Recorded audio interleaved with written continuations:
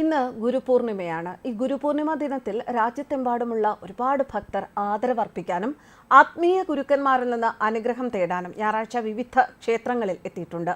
രാജ്യത്തുടനീളമുള്ള ഭക്തരും തങ്ങളുടെ ഗുരുക്കന്മാരെ ആദരിക്കുന്നതിനായി പുണ്യനദികളിൽ സ്നാനം ചെയ്തു. ഉത്തർപ്രദേശിലെ അയോധ്യയിലെ പുണ്യനദിയായ സരയൂ നദിയിൽ ആയിരക്കണക്കിന് ഭക്തരാണ് സ്നാനം നടത്തിയത്.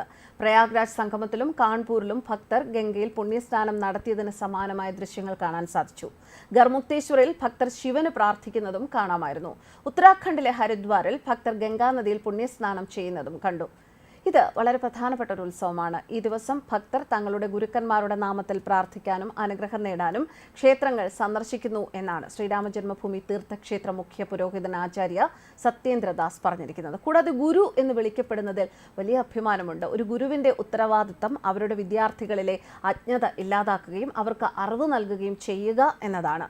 ദൈവത്തെ ആരാധിക്കുന്നത് പോലെ ഒരാളുടെ ഗുരുവിനെയും ആരാധിക്കണമെന്നും അദ്ദേഹം കൂട്ടിച്ചേർത്തു. ആഷാഢമാസത്തിന്റെ അവസാനവും ശ്രാവണ മാസത്തിന്റെ തുടക്കവും കൂടിയാണ് ഇന്ന്.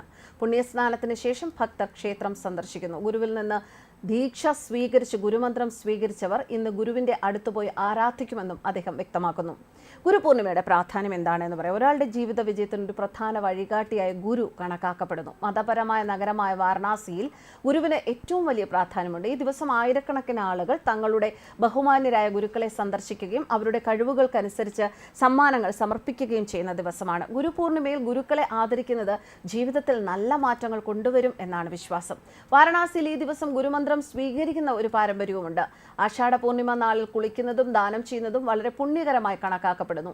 മഹർഷി വേദവ്യാസ് ജനിച്ചത് ഈ ദിവസമാണ് എന്നാണ് വിശ്വാസം. ഈ ദിവസമായതിനാൽ ഗുരുപൂർണിമ ആഷാധി പൂർണിമ എന്നും വ്യാസപൂർണിമ എന്നും അറിയപ്പെടുന്നു. ലൗകിക ജീവിതത്തിൽ ഗുരുവിന് പ്രത്യേക പ്രാധാന്യമുണ്ട്. അതുകൊണ്ടാണ് ഭാരതീയ സംസ്കാരത്തിൽ ഒരു ഗുരുവിനെ ദൈവത്തെക്കാൾ പ്രധാനിയായി കാണുന്നത്. ഈ ഉത്സവം ഹിന്ദുക്കൾ മാത്രമല്ല, ജൈനരും ബുദ്ധമതക്കാരും സിഖുകാരും ഒക്കെ ആഘോഷിക്കുന്നു. ബുദ്ധമതത്തിൽ ഭഗവാൻ ബുദ്ധൻ തന്റെ ആദ്യത്തെ ധർമ്മചക്ര പ്രവർത്തനം നൽകിയതും ഈ ദിവസത്തിലാണ്. ന്യൂസ് ഡെസ്ക് കർമ്മ.